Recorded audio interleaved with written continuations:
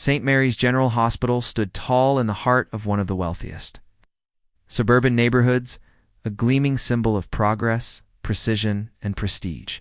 Its marble floors sparkled. Its walls were lined with award plaques and framed photos of smiling doctors shaking hands with powerful politicians. But beneath the polish and polish-perfect PR lay something unspoken, something that Angela Parker was about to discover. Angela stood at the front entrance, clutching her orientation folder and trying to ignore the knot twisting in her stomach. A fresh graduate at the top of her class, with honors embroidered into her resume and references that sang her praise, as Angela had every reason to feel confident. But being the only black nurse hired in over a year at St. Mary's wasn't a footnote. It was a warning sign. She inhaled deeply, pushed the glass. Door open, and stepped inside. The smell of antiseptic filled her lungs, sharp and familiar. But the sterile scent couldn't mask the chill in the air. Tension that prickled the back of her neck. Angela approached the nurse's station, her shoulders square and her head held high. But as she came closer, the low murmur of conversation faded. Nurses glanced up, then quickly looked away. Few stared openly, curiosity mixed with something colder. Angela forced a smile. "Hi, I'm Angela Parker. I'm the new nurse, starting today. Could you point me to the head nurse's office?" A blonde nurse in scrubs glanced up. Her eyes flitted over Angela in a blink of calculation. She nodded curtly. Down the hall. Third door on the right. Angela thanked her and moved on, heels clicking against the floor like tiny drums of defiance. Each step echoed. Each breath felt heavier. She had walked through countless hospitals before, but none had felt like this. As she neared the head nurse's office, a man stepped out of a side room. His coat bore the unmistakable insignia of authority. Salt and pepper hair, sharp cheekbones. Pen clipped with military precision, Angela extended her hand with practiced warmth. "Good morning. I'm Angela Parker. It's a pleasure to meet you." The man looked at her hand, then at her face. "Dr. William Greaves," he said flatly. "Orientation?" Angela nodded. "Yes, sir. We have high standards here, Miss Parker." "You're prepared to meet them." Before she could respond, he turned and walked away. No welcome. No handshake. Angela stood in the hallway, her hand still midair, slowly lowering it as her confidence deflated just slightly. Just enough to sting. But she was no stranger to being underestimated. She knocked on the head nurse's door.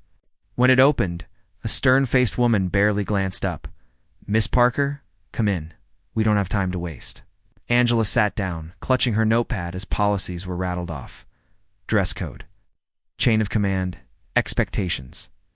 There were no warm smiles, no questions about her experience, no curiosity about her goals, only unspoken doubt. By the time she left the office, her smile had faded. Not broken, just buried. Over the next several days, Angela settled into her new role, or tried to. She was assigned to the critical care wing, with the most demanding patients and little help. While others had assistants or lighter caseloads, Angela handled double shifts, combative patients, endless paperwork. Still, she refused to complain. She smiled through exhaustion.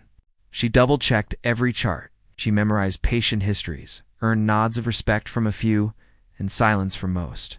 But whispers followed her wherever she went. "How'd she get hired here? Must be a diversity thing. Let's see how long she lasts." Angela heard them all. Every word like a scratch on glass quiet, but hard to ignore. Her only refuge was room 314. Mr. Thomas Edwards, an older man recovering from minor surgery. He rarely asked for much, but he always greeted her with warmth. "You again," he'd say with a smile. "The only nurse around here who treats me like I'm not made of glass." One day, as she changed his four, he looked at her closely. "You okay, Nurse Parker?" Angela blinked. "Of course. Why?" "You look like someone carrying more weight than they should." Angela hesitated. Just a long shift. Mr. Edwards didn't press. He only nodded, eyes thoughtful. But Angela didn't realize he saw more than he let on. Chapter 2. Cracks beneath the surface. Angela's third week at St. Mary's was a test of endurance. Each day brought doctors with sharp tongues, nurses who whispered in corners and avoided eye contact. She pushed through them all. One evening, as she restocked supplies, she overheard two nurses by the vending machine. They gave her the Mitchell case. Are they serious? They're setting her up. That's one of the hardest cases. Angela pretended not to hear, but the truth pierced her. They weren't even hiding it anymore. Back in room 314, Mr. Edwards sensed her change in mood. Rough day. Angela forced a smile. Nothing I can't handle. Handling something, he said, and being crushed by IT, those are different things. His voice was quiet but firm. Angela looked away. Her eyes burned. I have to be better than everyone here just to be seen as equal, and even then, I'm invisible. Mr. Edwards watched her. You're not invisible to me? Said. Something in his tone made her pause. He reached for the remote to lower the TV volume and added, Have you ever considered that your presence? Here your resilience is making more of a statement than you realize? Angela didn't respond. But those words stuck with her. 2 days later, chaos struck. A critical patient coded on the floor. Angela and a few others rushed in. While others hesitated, she jumped into action, performed CPR, called for crash support, administered emergency meds with precision. When the patient stabilized, a stunned silence filled the room. No one expected her to lead, but she had. Later that day, Dr. Greaves summoned her. His tone was tight. You performed adequately, but next time, wait for orders. Angela stood straight. The patient didn't have time, sir. He scowled. Don't make excuses, Angela. Left the office with clenched fists in the hallway. She passed Mr. Edwards being wheeled to physical therapy. He saw her face. He winked. Keep shaking the ground, Nurse Parker. But the real shake-up was yet to come. Rumors began to swirl. A VIP patient was undergoing surgery soon. Someone important enough that even the board was involved. Angela thought little of it, till she was summoned again. We need you in the OR, Dr. Greaves said. Angela blinked. Me, it's a complicated case. We'll see if you're as capable as you think. Something about his tone made her skin crawl. Later that afternoon, dressed in full surgical scrubs, Angela entered the OR, heart pounding. Nerves raw. She performed flawlessly until she noticed something strange. Dr. Greaves misread the scan. He was about to cut near a vital artery. Angela's voice rang out clear, confident. Doctor, recheck that position. The artery is higher than you marked. Everyone froze. Dr. Greaves's face darkened, but he paused, rechecked, realized she was right. The incision changed. The patient lived. Angela had just saved a life and publicly corrected a senior surgeon after the operation. He called her to room 314 where Mr. Edwards sat waiting. Dr. Greaves exploded. How dare you humiliate me? You're here because of a damn quota, Angela recoiled. Her voice stuck in her throat. But then, enough, said Mr. Edwards. The room fell silent. Dr. Greaves turned. I don't care who you should, Mr. Edwards said coldly, because who I am owns half of this hospital's funding. Angela blinked. Dr. Greaves paled. Mr. Edwards rose slowly. My name is Thomas Edwards, CEO of Healthcare United, and I've been watching how you treat people, especially Nurse Parker. Looked at Angela. Would you accept the role of Chief Diversity Officer, Nurse Parker, with full executive authority to root out what's rotten in this place? Angela's lips parted. Dr. Greaves stumbled backward. You can't be serious. I'm dead serious. Mr. Edwards said, You're under investigation. Security will escort you out. Angela stood frozen, not in fear, in awe. To be continued. The events of the emergency surgery sent subtle but undeniable ripples through St. Mary's General Hospital. The whispers started that very evening. Did you hear what Nurse Parker did during the operation? She corrected Dr. Greaves. And saved the patient's life. Unbelievable. She actually spoke up, and he listened. While some voices carried admiration, Others dripped with contempt. But Angela Parker didn't care about the whispers. Not anymore. She had tasted the truth that courage and integrity were more powerful than fear. Still, the day had taken its toll. Her legs ached, her back throbbed, and her heart fluttered from adrenaline and anxiety.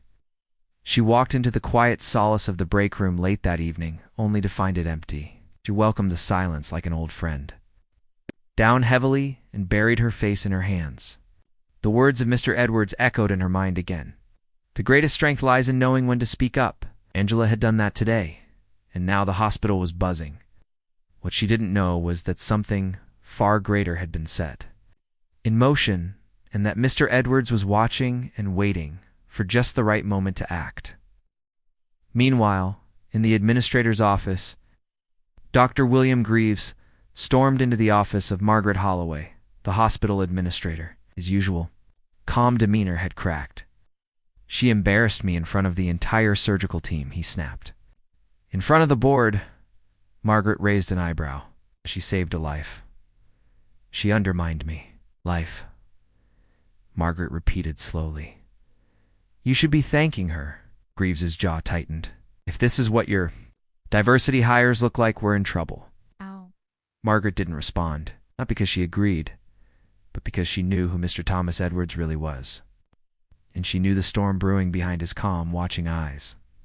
Back on the floor, Angela found herself visiting Mr. Edwards again before her shift ended. "You did well today," he said calmly. "I don't know about that," Angela replied, her voice weary. "There's a target on my back now. Then you'll need armor." She smiled slightly. "And where do I get that?" Mr. Edwards paused. "From people who believe in you, from truth, and, sometimes, from unexpected allies." Angela tilted her head. "You're speaking in riddles." He leaned back on his pillow, eyes never leaving hers. "You'll understand soon." The door creaked open, and a junior nurse popped her head in. "Angela, the administrator wants to see you now." Angela's stomach dropped. "Margaret." Holloway's office was tidy, cold, and smelled faintly of lemon cleaner. As Angela entered, she tried to read the woman behind the desk, unreadable expression, clasped hands, eyes watching her every move. "Sit down, Nurse Parker." Angela obeyed. "I heard what happened during the surgery." Angela's hands clenched in her lap. "I did what I thought was right for the patient." Margaret nodded slowly. "You did, and you were right." Angela blinked. I was. Dr. Greaves is a respected surgeon, but let's just say some of us have been waiting for him to reveal his cracks." A long pause. "Let me be clear," Margaret said. "You're not in trouble. But what comes next may feel like a storm. I want to know, are you ready for that?" Angela felt her chest tighten. "What kind of storm?" "It's the kind where people whisper, where you're given more than you can handle on purpose, where you're tested not just for your skill, but your spirit." Angela hesitated only a moment before answering. "I've walked through worse storms just to stand where I am." "I'm not afraid," Margaret gave the smallest smile. "Good." And unexpectedly, she reached into a drawer and pulled out a folder. "This is your new rotation. You'll be working across departments. I see you, even with VIP patients." Angela frowned. "That's a lot. Yes. But I have a feeling you'll thrive. And someone very important wants to see how far you can go." Angela left the office dazed. The hospital corridors seemed unfamiliar, somehow larger, more daunting that night. Angela sat in her apartment, dinner untouched on the table. Her phone buzzed. A message from an unknown number. "You did well today. Keep going. You're not alone." She smiled despite herself. But even as hope stirred in her chest, she knew darker forces were gathering. She had won a battle, but not the war. Because behind the glass doors and polished floors of St. Mary's, egos were bruised, secrets were stirred, and someone powerful was planning to put Angela back in her place. What they didn't know was that Angela Parker wasn't just another nurse, she was the storm. Do you like chapters 5 and 6 now? Tools. The following week at St. Mary's General Hospital unfolded like a slow-burning fuse, quiet on the surface, But beneath it, tension coiled like a viper. Angela Parker had begun her new cross-department rotation. She was constantly on the move, rushing from the trauma bay to the ICU, then 2 private suites reserved for high-profile patients. The pressure was relentless, but she met it head-on. Her clinical notes were impeccable, her instincts sharp, her patient satisfaction numbers quietly soared. Yet, not everyone was pleased. In particular, Dr. Hannah Klein, a longtime ally of Dr. Greaves, had begun watching Angela with a sharp, hawk-like stare. "She's too confident," Klein whispered to an assistant one morning. "Too quick. Too comfortable. That's not how the system works." "Oh, she's good," the assistant said hesitantly. Klein's eyes narrowed. "He's dangerous." One evening in the ICU, Angela had just finished checking on a teen boy in post-op when she was summoned to a sudden code in room 12, a patient crashing with no explanation. As she ran in, the room was chaos. The monitor screamed flatline. A young male nurse froze. A senior doctor fumbled with a chart. Angela acted instinctively. Chest compressions, epinephrine, oxygen. She led the team through the code like a seasoned captain. After 8 minutes, the patient had a pulse. Silence filled the room as the beep, beep, beep of the heart monitor returned, and then came the voice behind her. "Well, Nurse Parker," Dr. Klein said coldly, arms crossed. That was quite the performance. Turned. "It wasn't a performance, doctor. It was a life saved. Let's hope it wasn't a fluke." That night, Angela returned to her apartment physically drained but mentally alert. Something was off. That code, it didn't make sense. Patient's chart had no history of instability, no warning signs. She stared at the chart she had discreetly copied during the shift, and her eyes stopped on one line. Medication, 5 milligrams lorazepam administered at 7:30 p.m. But the patient hadn't been due for any sedatives. Not at that dosage. Her breath caught. It wasn't a crash. It was a setup. Angela didn't sleep that night. The implications were too heavy. Likely someone with access to medication.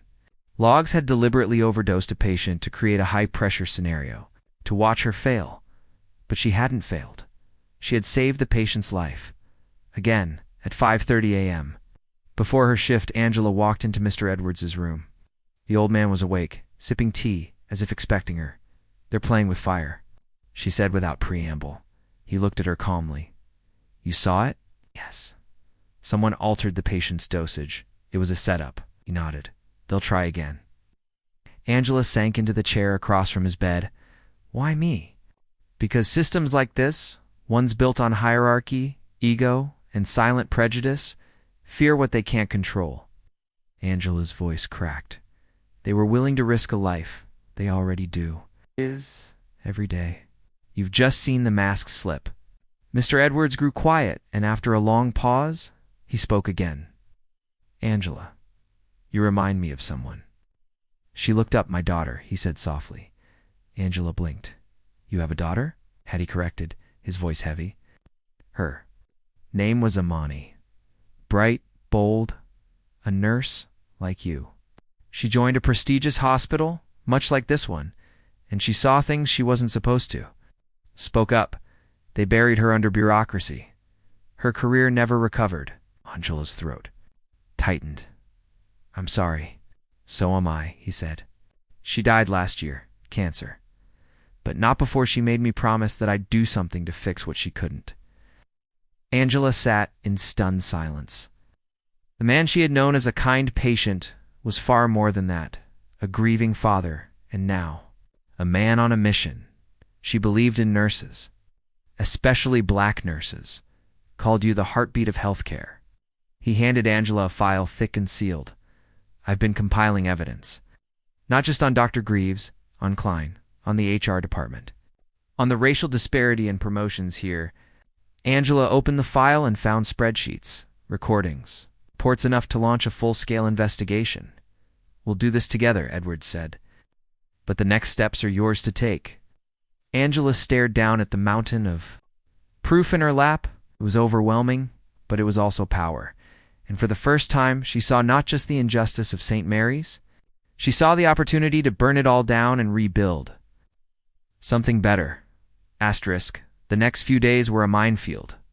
Angela walked the pristine halls of St. Mary's with a quiet fire in her eyes and a folder full of dynamite in her bag.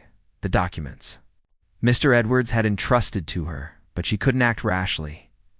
One wrong step, one careless email, and the entire plan could implode. She began gathering her own proof discreetly. Every time a colleague ignored her patient notes, she documented it. Every time she was excluded from briefings or whispered about in corridors, she wrote it down. She even began recording audio clips of conversations using a slim recorder tucked in her pocket. The deeper she dug, the uglier the truth became. Nurses of color were repeatedly assigned the worst shifts. Promotions were mysteriously delayed. Patient complaints tied to racial bias were swept under the rug with quiet settlements. Angela felt like she was peeling back the layers of a rotting onion. Meanwhile, Dr. Klein was on the move DR. Klein had sensed a shift in Angela's posture, new alertness in her eyes. One evening, as Angela left late from a double shift, she passed the HR director's office. The lights were on, and inside was Dr. Klein, sitting across the desk from the director, talking, pointing at something on a laptop, her tone urgent, her body language tight. Angela ducked behind the vending machine and quietly activated her phone camera. She couldn't hear much, just fragments through the door. You can't risk it. She's not just another nurse anymore. You need to isolate her. The blood drained from Angela's face. They were planning something, but they didn't know how much she already knew, or how close their secret world was to collapse. It came on a Tuesday. Angela walked into work like any other day, coffee in hand, badge clipped, and her mind laser-focused. But when she swiped her badge at the ICU door, it beeped, red dot access denied. Confused, she tried again. Red, again. A security guard appeared from around the corner. "Miss Parker, you've been temporarily reassigned. Please report to the janitorial sub-basement for administrative reprocessing." It wasn't just a reassignment. It was exile. Angela took a deep breath. They were pushing her, trying to make her quit, or worse, lash out. She made her way to the sub-basement. The walls down there were concrete, cold, and stained with age. She was given a small, windowless room and handed paperwork to fill out. With no explanation, she sat at the desk, staring at the empty form, and then she smiled, because this was exactly what she needed. Proof. She took out her phone, opened her voice recorder, and whispered into it. July 5th. Angela Parker. Reassigned without cause or prior notice. Suspicious meeting between Dr. Klein and HR noted days earlier. Documentation pending. That evening she met Mr. Edwards. They made their move, she said, sliding the access denial slip across the table. He studied it. Then he smiled. "Perfect," he said. "Now we move." Angela blinked. "Now." He reached into a bag beside his bed and pulled out a thumb drive. "This contains a list of whistleblower contacts, lawyers, journalists, activists. I've been waiting for the moment. When we had more than allegations, when we had retaliation. Today we got it." Angela looked at him, overwhelmed. "Are you sure?" Mr. Edwards' voice hardened. "This place eats good people. You're going to stop it." The next morning began like any other at St. Mary's, except at WASN. Single quotes. Angela arrived early, dressed in a crisp white blouse and navy blazer instead of scrubs. She moved with calm confidence, carrying a sleek black folder under her arm. Eyes followed her. Whispers flared. But she didn't flinch, because by 9 a.m., the reckoning would begin. At exactly 9:05, a convoy of black sedans pulled into the hospital's front lot. Out stepped 3 men and 2 women in gray suits, flanked by legal aides. The Department of Health and Human Services, accompanied by an independent legal review board, and behind them several journalists with press credentials. Angela had sent the documents. Mr. Edwards had made the calls. Now, the world would know. Chaos ensued within minutes. HR was swarmed. Dr. Klein was escorted to her office by federal Staff. The boardroom upstairs was overtaken for immediate interviews. Staffers gawked. Some rejoiced quietly. Others panicked. Dr. Greaves wasn't on site. He'd been placed on administrative leave the night before. A move made quietly by Mr. Edwards's influence to prevent interference. Angela was summoned to the main conference room. As she stepped in, she saw them. Representatives from government, lawyers, and most surprising of all, a television crew. The hospital's PR head tried to push back, citing patient confidentiality and protocol, but Mr. Edwards, seated calmly in his wheelchair at the head of the room, silenced them. "I've waived my rights," he said. "I'm a private citizen and Donorand. I want this story told." He turned to Angela. "She'll speak now." Angela took the floor, voice unwavering. "What began as small slights turned into systematic discrimination. What I faced is not unique. What I gathered is not just hearsay. It's documented abuse, protected, hidden, normalized. But that ends today." Cameras flashed. Journalists took notes. Hospital leadership looked on, pale and tight-lipped. Mr. Edwards added only one sentence to conclude. "This institution will either become a model of integrity or an example of its consequences." 3 months later, St. Mary's didn't look the same. Gone were the quiet corridors of whispered injustice. Gone were the shadow games of biased assignments and glass ceilings. In their place, transparency, reforms, and new leadership. Angela was offered the role of Chief Diversity and Equity Officer, not as a gesture, but a genuine promotion backed by a committee and staff vote. She accepted. Dr. Klein resigned quietly, choosing to leave before the final HR investigation concluded. Dr. Greaves attempted to sue for wrongful dismissal. He lost because over 200 documents, 17 audio recordings, and 28 written testimonies stood against him, all compiled by Angela and verified by Mr. Edwards' network. Mr. Edwards' legacy. Thomas Edwards was discharged quietly weeks later. His identity, the CEO of Healthcare United, had become public, but he avoided fame.